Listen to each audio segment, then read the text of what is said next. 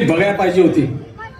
थरथरणारं त्याचं पाय, दळमळीत झालेलं त्याचं शिवसन, रडीचा डाव खेळणाऱ्या बारक्या पोरांनी समद्यावर आदळ आपण समद बघायला हवं होतं. ती नामी संधी हुकली म्हणायची, पण औरंग्यात खूप आतल्या गाठीचा, संशयी, विश्वासघातकी आणि कपटी. तेव्हा असा शांत बसणार नाही तो. मग काय करणार आहे तो? त्यानं हेरलंय की शिवाजी राजा इतर कशानंही हार जात नाही, पण त्याच्या गोरगरीब रयतेचे हाल झाले की गलबलून जातो.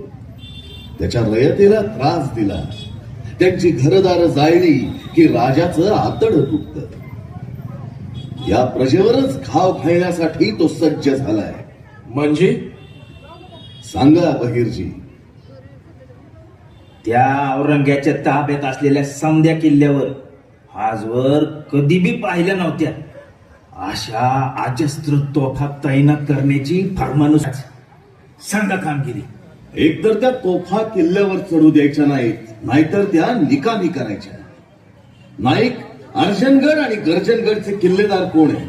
अर्जनगडाचा अनुप सिंग गौड आणि गर्जनगडाचा बक्षी बहादूर चंद्रभान दुर्जयसाल. गडावर सैन्य? दोन्ही गडावर मिळून 7,000. किल्लेदाराची कमजोरी?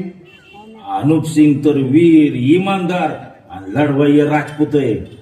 हा, पण त्यो बक्षी बहादूर एक नंबरचा लंपट बाईगेड आहे.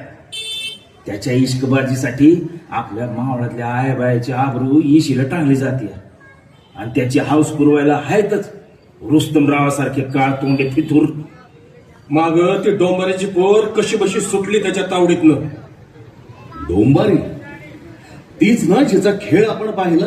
वय महाराज, फारच अव्वल दर्जाची कला आहे त्यांच्याकडे, मोठी हुन्नरबाज पोर.